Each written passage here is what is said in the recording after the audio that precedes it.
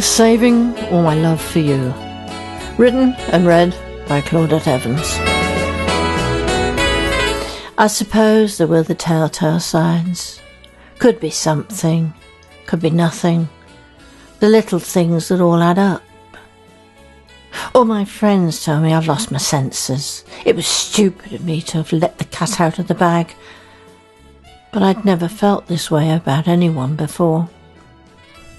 It was our monthly girls' night out, me, Jason, being considered an honorary girl. "So, who's the lucky fella?" asked Angie. "What do you mean?" I replied.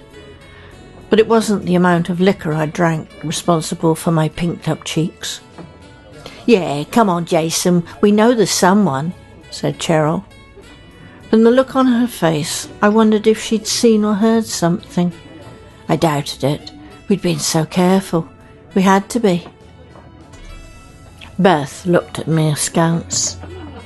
Slowly shaking her head from side to side, she mouthed, "You might as well come clean." Sadly, it had been loud enough for both Angie and Cheryl to home in on, necks craned forward like a pair of vultures circling their prey. So, with raised eyebrows, Beth mouthed, "He's married." Her whisper loud enough for them to hear. "Who's married?" questioned Angie. "Tony Spencer," she replied, looking at me, hoping I would offer confirmation. The rest of the evening was like a Spanish Inquisition, with me tethered to the rack and each one firing questions at me, tightening the screws on each when, where and why. Let me explain. I work in publishing and Tony Spencer works for the company's accountants, and I knew the first time I saw him at the firm's Christmas do, I wouldn't be able to forget him. Oh, I can hear you groaning, an office affair, but truly, it wasn't like that. Neither of us meant for it to happen, and it didn't straight away, even though there was that instant attraction, even though I knew he was married. But then so many are. It was 2 weeks later when I saw him again. I'd been shopping at the Pines retail outlet's January sales, and I noticed him walking towards me. He was with a woman, talking and laughing. I assumed it was his wife. I was so busy staring, I almost walked straight into him. He moved aside for me to pass and then walked on. My heart sank. I carried on browsing, even though the heart had gone out of buying anything.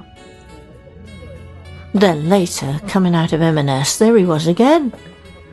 This time he was alone.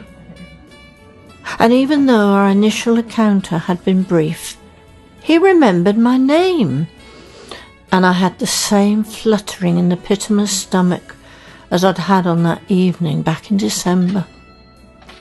"Hi, it's Tony. The Christmas bash?" he said, with a smile that lit up his whole face, creating little dimples in both cheeks.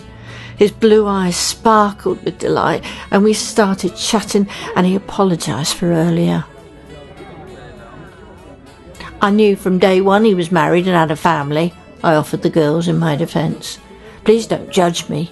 I did try to resist, but you've got to believe me, this is the only man I've ever truly loved and ever will." "I suppose he gave you the old line, 'She doesn't understand me. We're only staying together for the sake of the children,'" mocked Cheryl. And it didn't take Angie and Beth long to get in on the act, each one in turn trying to tell me to find a man of my own and not be fooled into thinking my relationship with Tony would ever amount to anything other than a torrid affair. After several minutes of this torture, I broke down and cried, like I've done so many times lately. I know they were only looking out for me. I was lonely, living on my own. Oh yes, I'd tried internet dating. "They all seem to be after the same thing, a one-night stand," I said, justifying my actions. Beth thumped her fist on the table, shouting, "Find a man of your own!" Truthfully, how could I?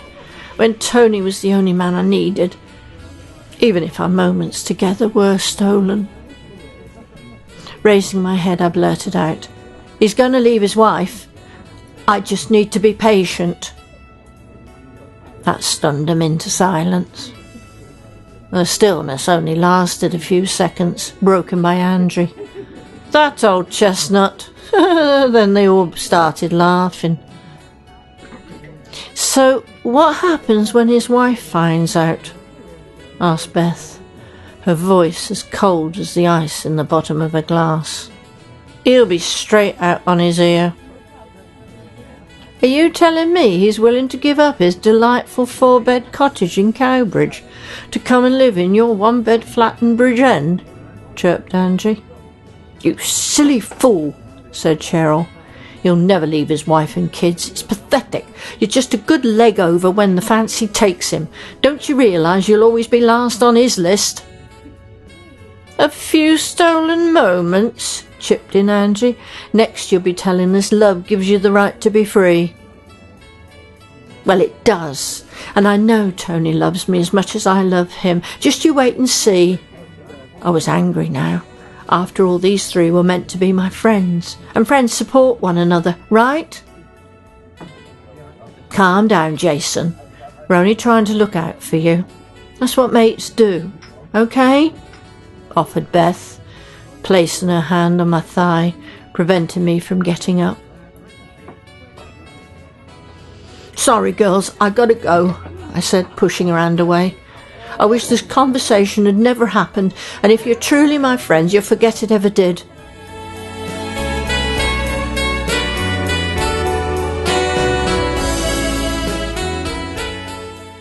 Opening the door to my flat, it suddenly felt unwelcoming, cold. Was I fantasizing? Was I saving all my love for a man I could never fully have? I shrugged off the feelings of doubt as the hot water from the shower trickled down my back, and my thoughts raced to the night ahead, to the moment he'd walk through the door, to the moment I'd get that same tingle in the pit of my stomach. Then I'd be in his arms, and tonight everything would feel all right. Stepping out of the shower, I considered what to wear. Choosing beige chinos, loafers, and a crisply pressed white shirt, I thought, did it really matter? I knew within minutes of his arriving, he'd ripped them off and we'd been making love the whole night through. For tonight, he'd promised he'd stay.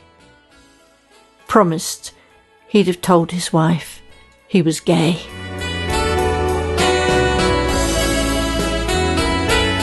And that was Saving All My Love for You, written and read by Claudette Evans.